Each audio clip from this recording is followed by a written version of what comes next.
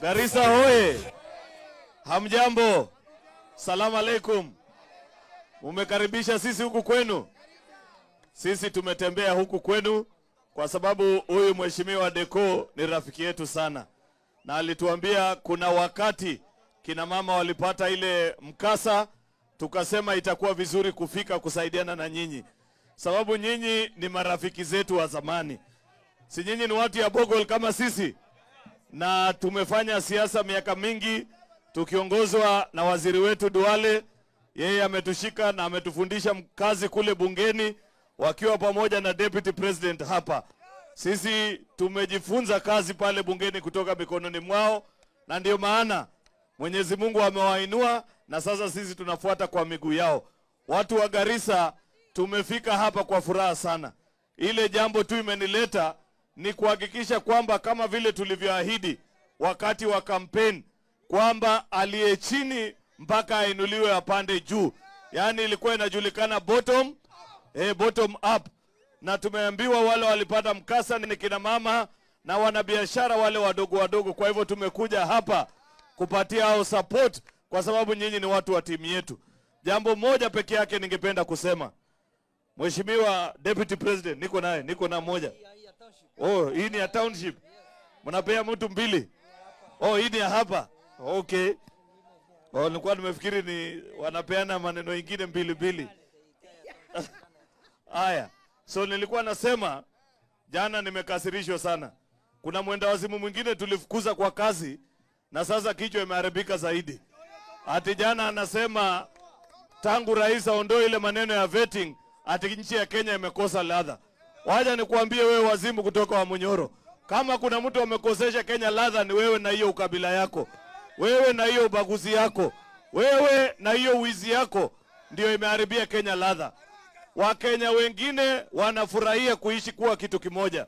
Mambo ya kubaguana ati kusema ati lazima tubague wananchi wengine na wengine wanafurahi, hiyo maneno rais amesema iondolewe. Tunataka sheria ile inatumika Garissa itumike Nairobi pia. Maendeleo inafanyika Nairobi ifanyike Garissa pia. Kwa sababu wananchi wa Garissa ni wa Kenya na wanalipa ushuru pia kama wananchi wengine. Deputy President, mimi nakushukuru kwa sababu wewe unamsaidia rais kufanya kazi na kufika kila kona ya taifa la Kenya. Unajua zamani tulikuwa na mwingine alikuwa na kichaa, mapi yake ya Kenya ilikuwa inaishia kona fulani pale juu ambayo sitaki kusema. Lakini wewe kila mwezi, kila wiki, kila Jumamosi unazunguka Kenya mzima ukihakikisha kwamba kazi inasonga. Barabara inajengwa, stima inapelekwa, hospitali zinafunguliwa na maneno ile ambayo serikali imechaguliwa kufanya. Kwa hivyo mimi ningependa kuambia wananchi wa Garissa kwamba msikuwe na wasiwasi. Hii serikali ni serikali yenu.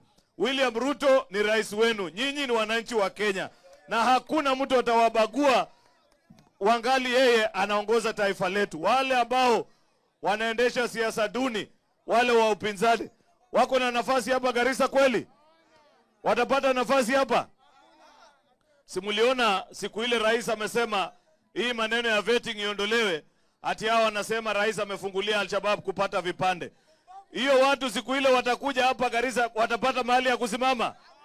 Wataenda mbio ile wajawahi kuona, si ndio? Watakuja kutafuta nini na wanatusi watu? Sisi tunawaambia Garissa and the Northern Kenya is part of this country. Na yule anataka kushindana na William Ruto hakuna shida. Wewe jitayarishe, funga viatu, tutaonana na wewe. Wale wote wanakubaliwa kupambana na yeye. Hata huyo wazimu ambaye tulifukuza, mimi nimeona jana ati anasema anataka kushindana na rais. Huyo anawezana kweli? Lakini mimi naona ni vizuri pia akimbie, sababu kwa muda mrefu tumekuwa tukitaka kuhesabu wenda wazimu Kenya hii na hatujapata fursa. Wale watapigia kura ni wenda wazimu wenzake peke yake, hakuna njia nyingine.